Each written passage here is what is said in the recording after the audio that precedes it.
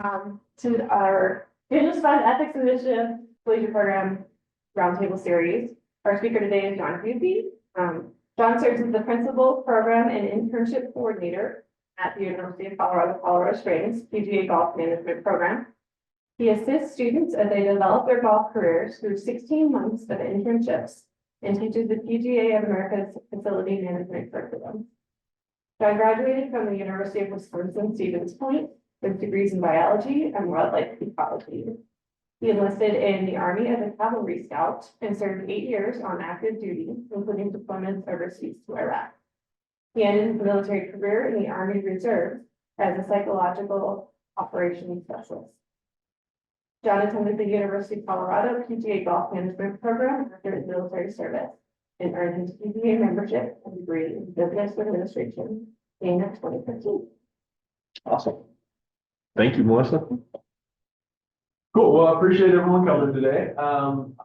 Obviously, we're hoping for a few more. We've got kind of some interactive questions and stuff throughout this, which may not land quite as well with 5 of you here. So we'll kind of see how this goes. The other thing that Mark and I talked quite a bit about this, and kind of what level this should be at, if everyone's dedicated strict golfers or we're more interested in the athlete side of it. So we kind of pared a lot of this down and pulled some of the information on this. But if at any time you got any questions or anything, please stop me and we can go deeper into anything.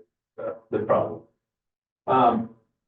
So first things first, I think it's important that we talk about Bill Daniels a little bit. And you know, we're going to talk about ownership in sports, and he was a big proponent of that. He just, you know, obviously most of you know about his ownership in the Utah Stars, but he was also a very big proponent of the Denver Grand Prix, also a part owner of Los Angeles Lakers, and kind of a startup organization, football organization called the Los Angeles Express. So this, I think, would be near and dear to his heart.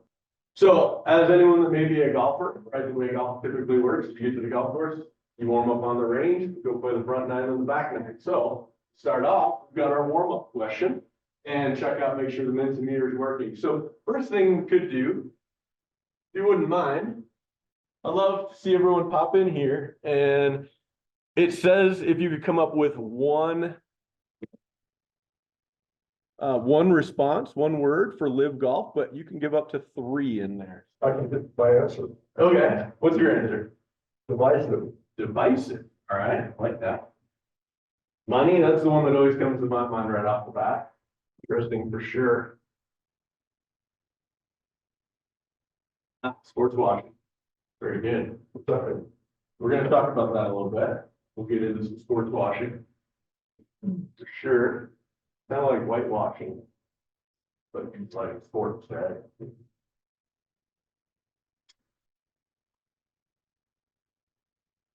Flashy, non-traditional, absolutely. Right.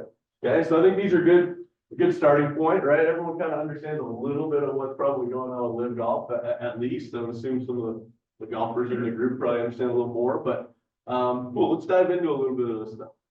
Team golf, that non-traditional that you think of team golf. Yeah, the new kind of format they have with the teams, absolutely. There's a lot of really cool stuff that's kind of happening in that LIV Golf space. And a lot of it's probably created by kind of the stuffiness of the PGA Tour. We really haven't changed in the last, 100 years. So it's kind of neat to see a little bit of new energy coming into the sport for sure. So a little bit of what we're going to talk about today is what's happening in professional golf. What's the difference between LIV Golf and PGA Tour? What are some of the legal battles that are kind of going on between them? As a matter of fact, most of it isn't settled out yet right now. So I can't even speak to some of that stuff because it's sitting in mediation somewhere. The PGA Tour changes that they've made in response to LIV Golf. And then a little bit of like, where's golf going to go? Where's professional golf heading? So what's going on in the space between LIV Golf and PGA Tour golf, right? And so when we think about this, we think about those two entities, kind of living in the bubble, PGA Tour and LIV Golf, and kind of competing against each other. So real quick to break it down, LIV Golf came back out in end of 2000 and 2001. And we're going to go into some more of the details of it, but basically they started signing a lot of the players for the PGA Tour to come play on their competing league. Right, and with the PGA Tour, it said, fine, that's okay, you can leave, but you can't come back. You can't come play in our events and be a member of LIV Golf. You can't be or PGA Tour member. So the problem is though, it's a little bit more complex than just these two organizations, right? There's other organizations that are involved throughout this process that really haven't weighed in too much into this. So PGA of America, slightly involved in this. The DP World Tour, formerly known as the European Tour, kind of the closest competing tour to the PGA Tour. The USGA, United States Golf Association, and RNA, the Royal and Ancient, and then the Masters Committee as well, are all kind of wrapped up in this. And then overreaching all of this is the official World Golf Ranking System. So the system to be able to rank the best players in the world and then fill the fields, make sure that we have the best players in the world playing against each other. So what's the difference between PGA Tour and LIV Tour? Few things. And I put down here a few of the Daniel principles that may come into contact with some of these. So PGA Tour is a nonprofit organization, right? They track all the money coming in, all the money going out, anything that goes into sponsorships, they track if it goes into reserves, how the money flows in and out of the system. They actually have a board that oversees that, to include a player's representative that actually gets to see where the money comes in and comes out. LIV Golf is a for-profit entity that's actually owned by the Saudi Public Investment Fund. So not as transparent, right? Maybe some issues with accountability and trust. PGA Tour annually plays about 35 events. That includes typically the 4 majors and some other events, but 35 events annually is quite a bit. LIV Tour or LIV Golf, 14 annual events. There's talk of them expanding this to more events, but I haven't seen them schedule yet, so I don't know what it's going to be. But right now, only 14 events, not very many. PGA Tour is always, or almost always, played over 4 days, right? 4 rounds of golf, stroke play events, count your scores, the lowest score at the end of it wins, right? LIV Golf is a 3-day tournament. All their events are played over 3 days, 3 rounds of golf. One of the biggest sticking points for the PGA Tour is they have large fields. So 132 to 156 players show up on Thursday, right? And after 2 days, they cut the lowest half of the field and they're gone. No payment, no nothing. They don't even get to play the weekend. Nothing.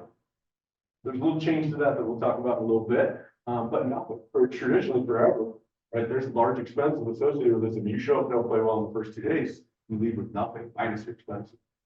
Right, LIV Golf played with 48 players, typically the same 48 players, play week in and week out against each other.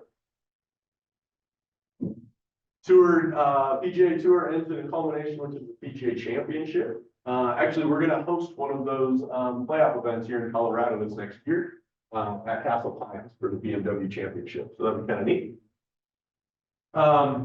LIV Golf ends with a season team competition. So again, a little different. And then the PGA Tour has a way to earn your way into the tour, right? So the PGA Corn Ferry Tour is run by the PGA Tour. Anyone can sign up for those events. If you play well enough throughout the season, you win your exemption into the next year PGA Tour member, right? So there's a way to enter into the PGA Tour. LIV Golf does not have a way. You can't earn your way into LIV Golf. If you play well enough, they may invite you in with a signing bonus or whatever, but you don't have a pathway to play your way in. So we talked about the official World Golf Rankings, right? Overreaching the whole PGA Tour along with the DP World Tour, again, normally known as the European Tour, as well as some other international tours across the country, or across the world, right? They rank all the players based off the 2-year cycle. So if you're playing in a really big field with stiff competition and win, they get more points than playing off of a smaller field with smaller or less competition, right? So they're able to rank players against across all of the different tours, be able to qualify into certain events. A lot of the events that you're looking to qualify into are the majors, which we're going to talk about here in a second. But LIV golfers currently do not receive any World Golf Ranking points.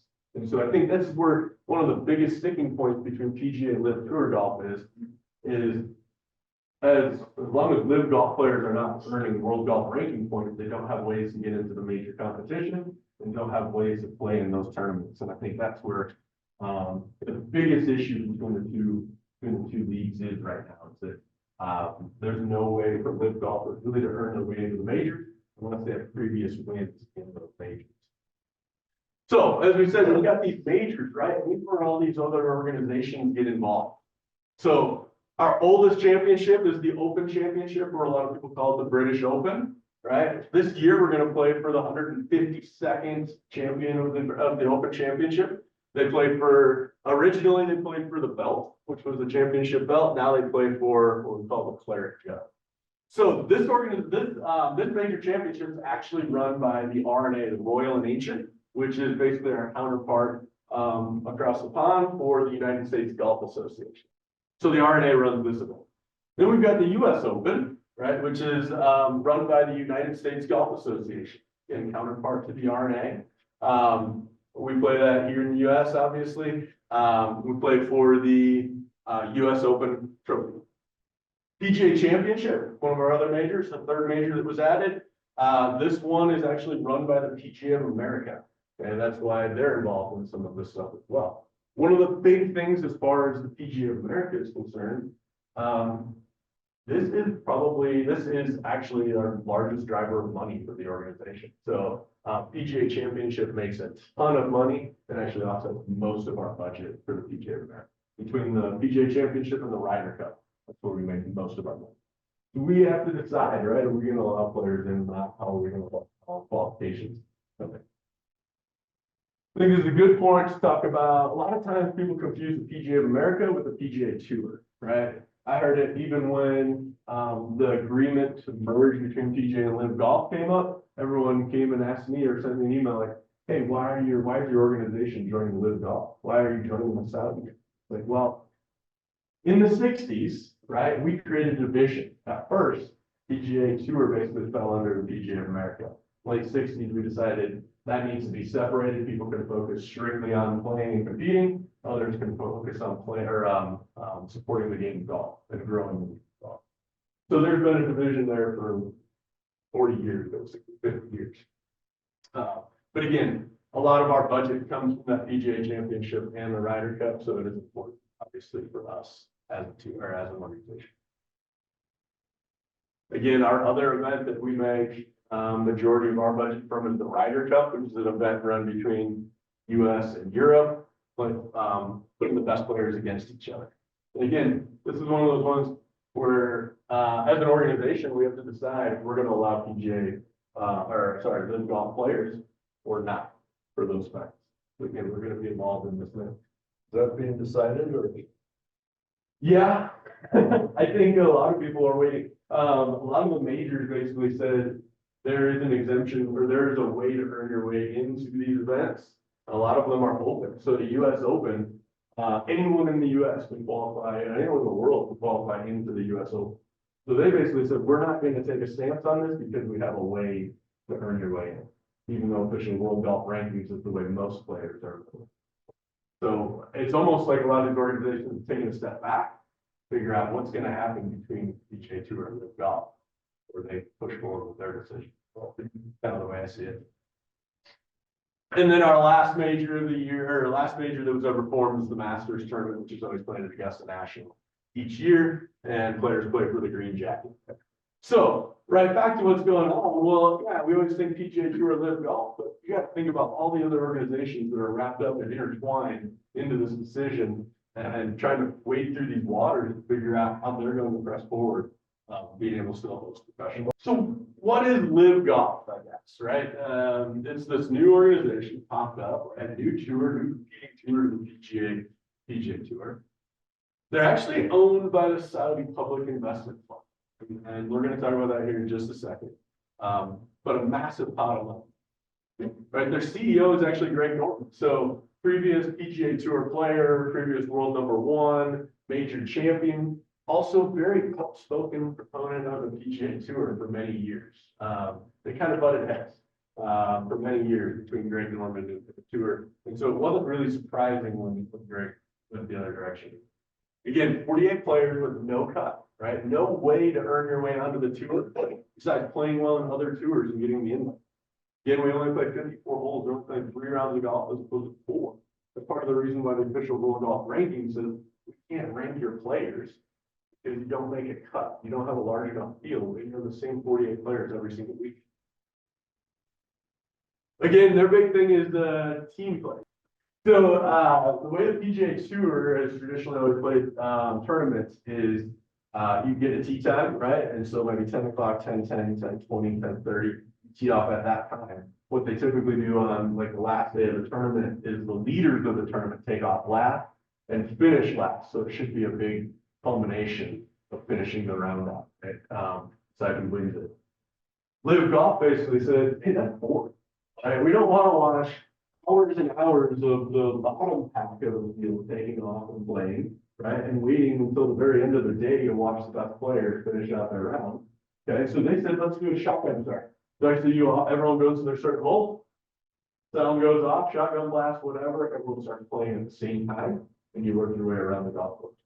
So as far as an action standpoint and for like a customer standpoint, a viewer standpoint, it's a great concept. Let's get everyone out on the golf course all at once. Let's get the action going everywhere, shots happening everywhere, as opposed to being slower. But again, there's some good stuff that's coming out of league or out of LIV Golf. I would agree. I would say that PGA Tour golf and stuff that hasn't really changed much, hasn't evolved over the years. Whereas LIV Golf is trying to take that stance that we're going to change what we do and how we produce this into making it better for the viewer. So shotgun starts, everything, all the action happens on one. It all culminates about at the same time. Wow, that's cool. Opposed to people ending 4 hours, 5 hours after some players have been out of the golf course. Cool. So interesting concept. Other thing is too, right? They say it's golf but louder. So there's music playing everywhere. There's bands going on. It's kind of a big party. Whereas, you know, you go to the Masters, right? So it's a different atmosphere for sure. Their big push is that they want to have team atmosphere, team golf as well. And so they've created 12 teams with 4 players in each one. And actually, it's a really kind of neat concept where the captain of the team also has ownership and equity in the team. So if the team makes money and the owners make more money, it's kind of an interesting concept, which follows right closer to what we're associated with, what's associated with team sports. So if they take a shotgun start, the tournament's over like in 4 hours. Yeah, 4.5, 5 hours, it's done each day. Whereas PGA Tour, right, you may start, players probably start at 8 AM and your last player is team off at 2:30. And they're not getting done until 7 o'clock at night. So you have 12, 13 hours of golf in there, as opposed to 4.5, 5 hours back in pack. Golf TV in the morning, and golf TV in the evening. So, So you want to watch it all. yeah, absolutely. Yeah, you can catch LIV Golf and then go catch the end of the tour, right, PGA Tour. And then the really interesting thing with LIV Golf came out is, actually players are getting paid for their commitment, not necessarily their performance on the golf course, right? We're gonna show some of the massive signing bonuses that have gone out in the last couple of years with LIV players, right? On top of that, they're also getting big paychecks, weekly too, right? On the individual and the team side as well. One of the craziest things I saw this last, when I'm gonna put some of this together is, in the last year, the 10 highest paid golfers in the world, 7 of them were LIV Golf. 7 of 10. They played 14 events as opposed to, 35 of them, right? And they're making buku bucks in relation, right? The only golfers that were on that list from the PGA Tour, Rory McIlroy, who's all over everything right now. He's the biggest name in golf for sure. Tiger Woods, who made almost no money on the golf course, but made tons of money through endorsements and sponsorships. And then Jordan Spieth. Those were it. Those were the 3. Outside of that, it was basically the 7 golfers, 7 big golfers on LIV Golf. All right, so now the really fun stuff, right? What's going on? What's the Saudi investment fund? What's the PIF? Okay, so basically, this is a pot of money or investment made by the Saudi government. And what they said they wanted to do over the next few years, next time frame, is to diversify themselves out of strictly fossil fuel industry. So basically, they're taking fossil fuel money and diverting it out to other industries to diversify themselves out. It's chaired by Prince Mohammed bin Salman, which you probably heard about him. He was very big in the news as far as the assassination of Jamal Khashoggi. So he was all over that. There's a lot of issues with human rights violations and everything else in the city, or in the country. But I didn't want to go too far into that stuff. Currently though, that fund sits at $788 billion. So that's a lot of money that they can spread out all over the place. Recently, they've had some major investments in sports. Ryan and I were just talking about this a little bit ago, right? We talked about football, soccer, that's probably the biggest one, right? They're doing things, they're buying entire teams. They're also bringing in major players. That Mbappe deal, anyone see what the final price tag was gonna be for signing Mbappe? He turned it down. I was gonna say, they didn't actually. They didn't get him, but did you see what they talked about? Billion, right? It was gonna be over $1 billion, I think. 600 million signing, or 600 million signing salary, the potential of $1 billion. Right? So there's no end to this money. They can keep signing players as long as they want, right? So you got Ronaldo signed a giant contract, Neymar, Mbappe, there's a ton of them. I'm sorry, not Mbappe, he turned it down, but a lot of them that are moving over to the Saudi football. They've also tiptoed into cricket quite a bit, which I never realized the other day, and Ryan, you may be able to speak to this more, but cricket's one of the largest sports organizations in the world. But there's a lot of money flowing in and out of that organization. They're gobbling up a lot of that. Horse racing's big, sailing's massive, boxing, MMA, WWE, literally trying to get into everything. Sports. Formula One, you mentioned that. Tennis, they're even talking about, I think they're hosting the women's final right now. They just announced that they're now the title sponsor of the PGA as well. Yeah, the World Tennis Association. Yeah, so they're getting into it. But there's a lot of money flowing in and out of sports right now, with the Saudi PIF. So we mentioned sports washing, right? What is sports washing? Well, definition is the use of an athletic event by a government or individual to promote or burnish the group's or individual's reputation, especially amid controversy or scandal. Kind of sounds like this good deed, right? Investing money into sports, right? That maybe cover up or remove the interest around human rights violations and whatever else it may be. So since 2021, and this figure is, I think, pretty dated. I think this was from summer of 23. I couldn't get anything current, but over $6.3 billion invested in sports. And again, I don't think this is even current. I think this has gone up quite a bit from that point. But you can see a massive investment in sports in the last 3 years for the Saudi. Even to the point that they're hosting the 2034 World Cup, right? Again, they're getting involved into kind of all of these sports. So what have they done in the golf space? Just recently, since 2021. Obviously, we said they needed a CEO. They signed Greg Norman to a $50 million signing bonus to be the CEO of LIV Golf. Dustin Johnson was one of the early signings, $125 million. Phil Mickelson got $200 million. It's big time money. Karen Smith, $100 million. Right, Bryson DeChambeau, $125 million. Brooks Koepka at $100 million. And now the most recent one, anyone heard John Rahm's?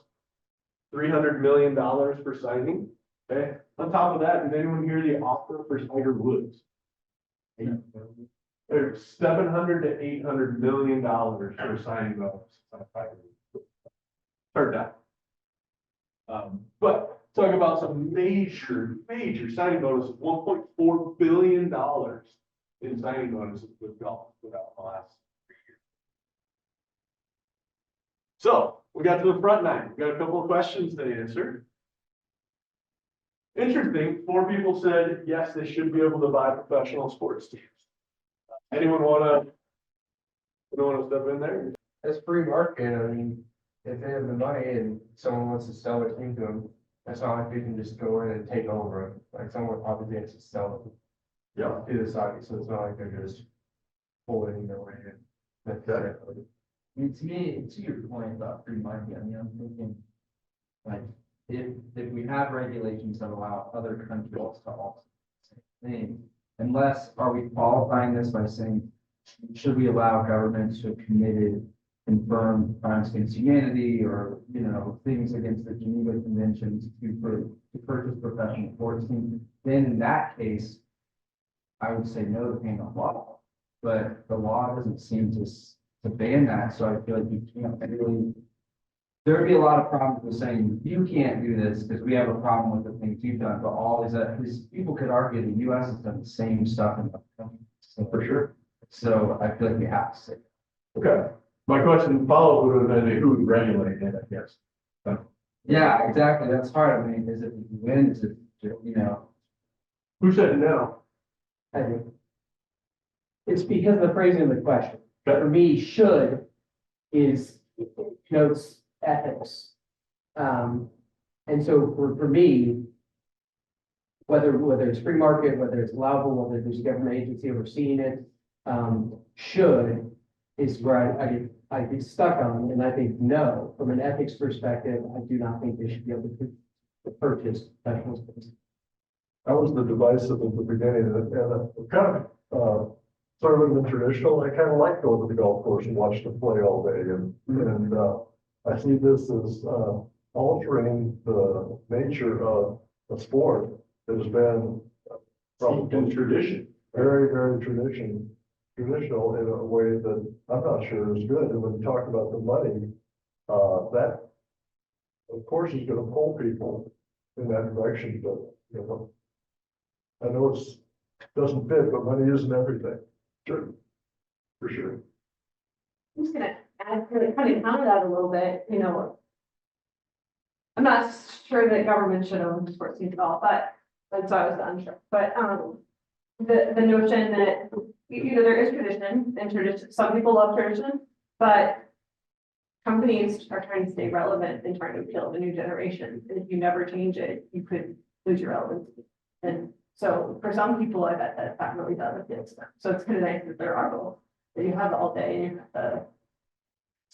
Yeah, we got a new format for the golfers on that. Some people are excited to appeal to some people, Sure. some new money. It makes me think of the NFL and XFL, how the XFL did a lot of very interesting things, the rules with the camera work, but then the NFL, as they very quickly tried to push the XFL into bankruptcy, then took all of those things, And like started the camera work, and then used them, so it made the NFL better, the competition.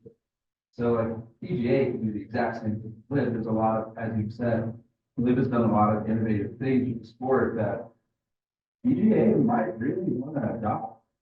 Yeah. When they are, right, it's like the prize money, the purses have gone outrageous.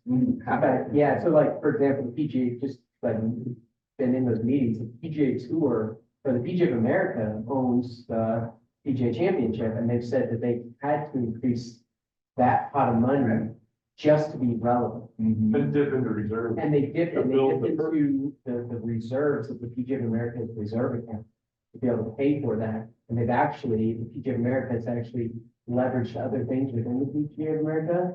Dismiss those for, they won't say that, but to offset the budget. It's very interesting to watch that from the inside. All right, so follow up to this question, my favorite question of the day. All right, we're broken, go old school. What do you feel if they came in and bought the ride? No, No? I changed my mind on the previous answer, which you said that I've got buying sports teams. Good. I'm all in favor of limited government and, you know, they stay out of stuff, so I don't care who's government, I don't think they can buy the sports. Okay, so no on sports, Steve. So nobody's okay with the Saudi Iraqi? Could you imagine no salary cap in baseball and having $2 billion to throw out players? Combine whoever we want them to win. Absolutely, right? And so what, I mean, how scary is it? So what happens if the XFLB team comes up for sale? That's what I was gonna say, it's a cascade effect. So, as I kind of alluded to before, right, this agreement was, this merger between, PGA and LIV Golf happened, I believe in July of this last year. We really haven't heard any information from it since. They don't know who's in charge. They don't know where the money is gonna flow, where it goes to, where it comes from. This is all kind of sitting in mediation right now. I'm not really sure, but So 2021 started the legal battle when LIV Golf came in and started signing people like Dustin Johnson, Bryson Nation, Brooks Koepka, like that in the original days. And basically the PGA Tour said, hey, that's fine. If you leave, you can't come back, right? If you're a LIV golfer now, you can't come back and play in our tournaments. You're not a member of our association or tour anymore. And so the LIV Golf Committee, they basically filed a lawsuit against the PGA Tour, basically stating monopolistic practice, right? That they're not allowing players to go and play the tours, and that there was collusion between the PGA Tour and the DP World Tour, the European Tour, that they were colluding together to basically force LIV Golf back. After that, PGA Tour filed countersuits, and it got wrapped up in a giant court battle. Took quite some time. And then, like I said, in July of 23, they basically came out and said, we're gonna merge the two tours. We don't know exactly, create this World Golf Tour. We don't know exactly what it's gonna look like yet. More details to follow. We just haven't really received those new details yet. The crazy thing is though, while this was all going on, a lot of these people, a lot of these players started really digging in. You had Brooks Koepka and Dustin Johnson and all those guys on the LIV Golf Tour, basically coming out in public, supporting LIV Golf and kind of bashing the PGA Tour. Then you have players like Jordan Spieth, Rory McIlroy on the PGA Tour side, coming out against LIV Golf. Even like Ryan and I were talking about, I think Rory McIlroy made a statement against LIV Golf like the day before the merger was announced between the two tours. So it was pretty butting heads right up to the day before that announcement. So like I said, we're in this current kind of merger right now, and we don't really know how it's going to play out, where it's going to sit.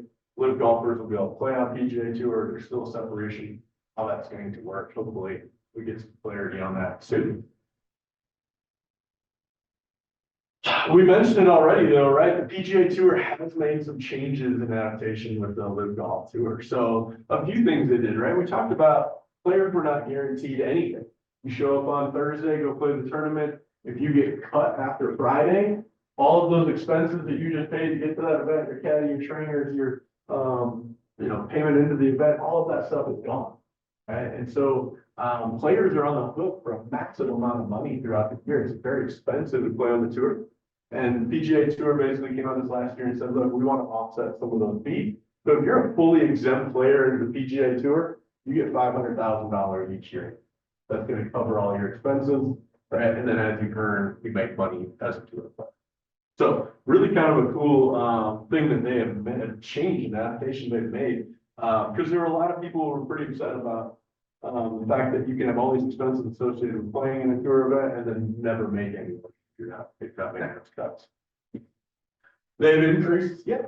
You're getting all kinds of things that I've always wondered about. Yeah, please. And these players that don't make any money have trainers, they have caddies, they have travel, they have everything. And is 500,000 even enough to keep the? Good question. It might not be quite enough, but I think the idea is that they want to offset some of those costs. And if you're not making any money on the tour, you're not going to live off your 500 grand at the end of the year. That money, you're probably going to lose a little bit, right? But that should offset most of it. Do you know where all of a sudden this, $60 million came from that just all of a sudden start paying for these guys? Well, I think as Mark alluded to, I think a lot of these organizations are dipping into some of the reserves that they've made over the years. I don't know where all the money stands, but I remember when Phil came out pretty against the tour and the ins and outs and the transparency of that money. I can't speak to that too much, but I will say the players' representatives came out, I think it was Rory, and basically said, hey, every dollar's tracked. You can go look at the budget. It's available to you as a player, Phil. You can look at the entire budget and go line by line through it. But, I mean, that's a lot of money that's all of a sudden, oh, you need to make this. Hey, here we go, like, now for that would be expensive. I mean, And increase the pot by $100 million. Yeah, so then we increase purchases as well, plus we give out the player impact program, right? There's another $100 million that came out in the pot that's paid out every year. So now I don't know where all that money came from, but it is curious, right? Like, did Phil have a point? Phil Mickelson and Greg have a point, right? Was their money not being tracked?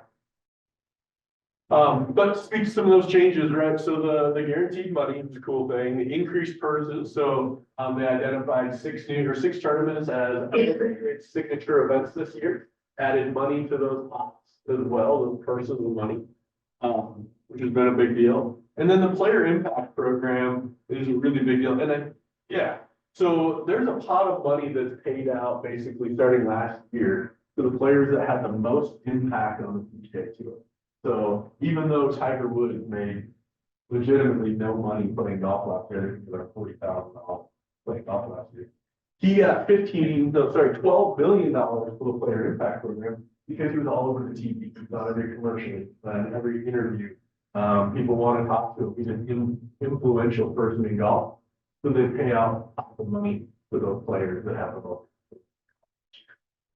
There's a lot of players that are kind of disgruntled about this because it's the Rorys and the Tigers that get the money every year, right? They're the ones that are already getting the massive endorsements and the, winnings as well. So, that's a little bit of a controversy.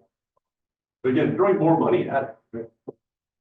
And then there's actually a new equity program in PGA America, and I'm not super familiar with this one yet. But basically, certain qualified players can get an equity into the revenues of the tour.